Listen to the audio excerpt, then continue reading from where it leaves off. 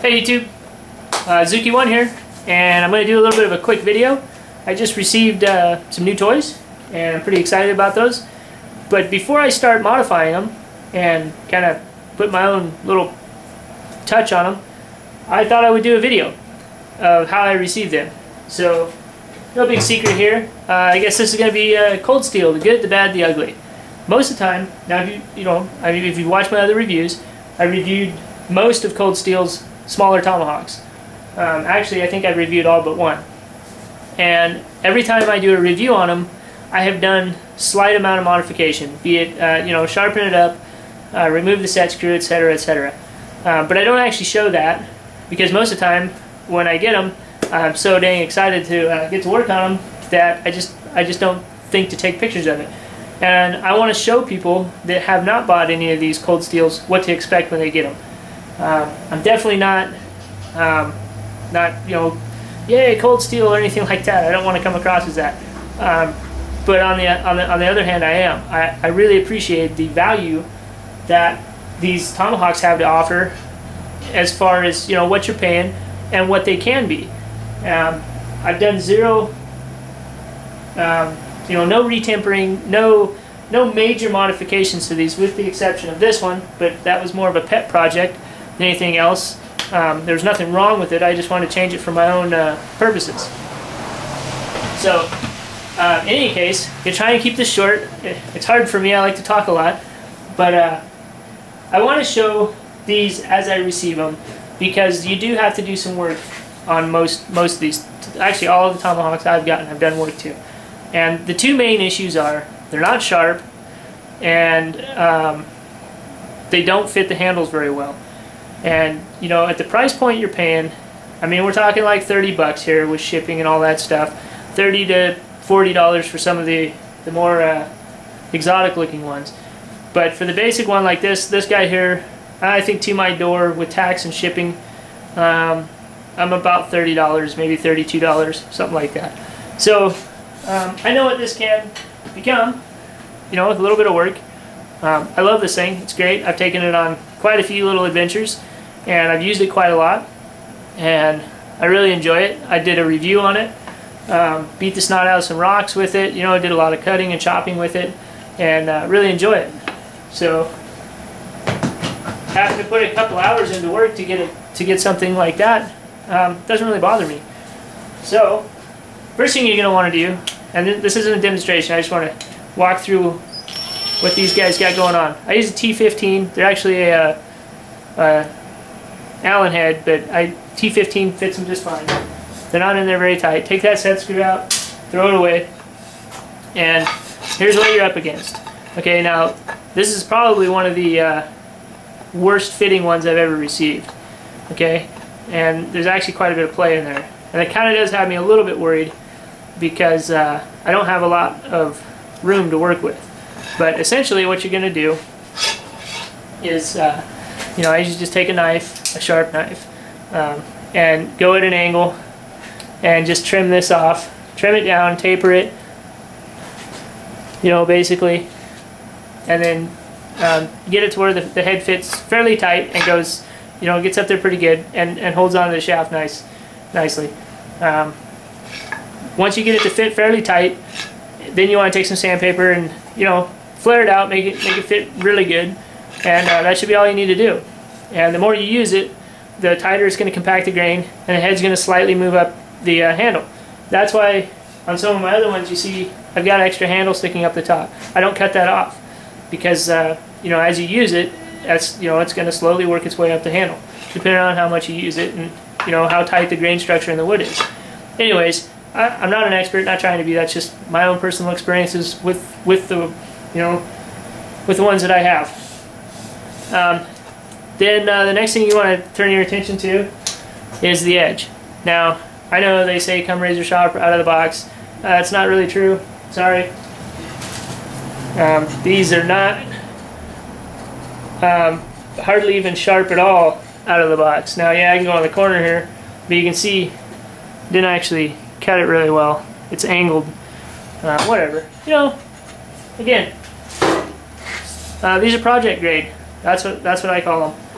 and they're fun projects. And once you put a little time into them, they work great.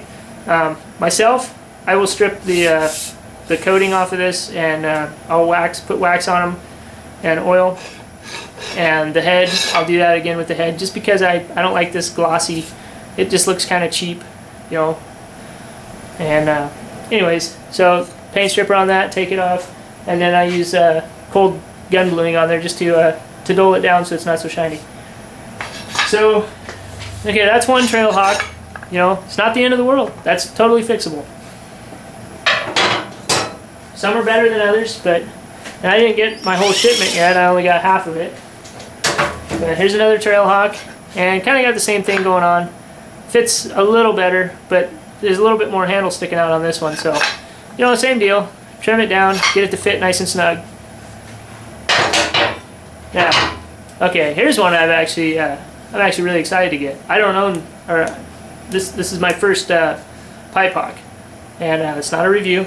This will be reviewed though. I'm pretty excited about that. Same thing. Pull the screw out. And, you know, I guess the reason why I'm doing this, a lot of people get these, and, you know, you can read reviews. If you look hard enough, you'll find people complaining about this, and that's fine. I mean, hey, they're buying it, they want to take it out and use it right now, and, you know, they don't really work that great. You know, and that's definitely their right and their opinion. This guy fits on there pretty good. So, this is what I'd call a good one. Just do a little minor trimming here, and this guy already fits fairly tight, so that's awesome. Dull edge. It's gonna have to be refinished, and you know that's the other thing people complain about. One is the handle, the set screw tears up the handle, and that the heads are loose. And okay, you're right. There you go. Do a little bit of work. Toss the set screw. These are friction fit tools. Set them up to work the way they're supposed to, and you won't have those issues. And also, definitely, you want to kind of angle, put a little grind on here, and bevel the edges on this. It looks like these eyes are just punched out, so they've got a little bit of a burr on them. A couple minutes with a round file, and you know, have a nice little bevel on it, or they'll slide on the handle, you know, right up where they're supposed to, and they won't tear up your finish if you do put another finish on it. So, you know, I guess back to the complaint issue, it's kind of a funny thing. People will complain when they buy something that's at this price point that it's not sharp enough. Okay, but I've read quite a few posts, and I know people personally that have purchased fairly expensive custom knives and axes, and the first thing they do is reprofile the blade to suit their own purposes. So, you know, whatever. That's both sides of the coin. You can't please everybody, that's for sure. So, for my own opinion, I don't really care. I'm kind of on the second class of people, you know. I mean, that didn't sound very good. Anyways, it doesn't really matter. Most knives, any cutting tool I get, I almost always reprofile the blade for my own purposes, just because I know it works for me, and that's the way I want it. So, you know, I got no qualms about that. Hell, they could send it to me without any grind on it at all. I'd be okay. Well, okay, maybe I wouldn't be okay with it, but you know. So, anyways, pretty excited about this one. Can't wait to get it out and test it out. Feels pretty hefty. It's a pretty thin blade though, so this might be a really good chopper. Okay, next up,